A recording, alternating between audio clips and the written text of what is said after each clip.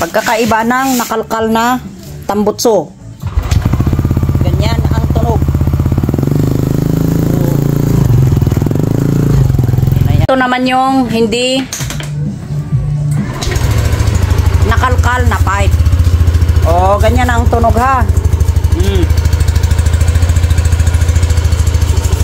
Okay, so ito, kinukumpara natin ito sa pipe na nakalkal at sa hindi nakalkal na pipe. Kasi sa mga Inmax labor kasi, ayan, lahat din, yung mga pinapakalkal na tambutso, ayan.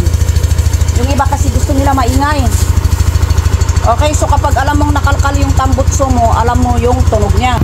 Ganyan ang tunog. Ayan. Pag hindi naman nakalkal, ganito siya, ayan. Okay? Yan.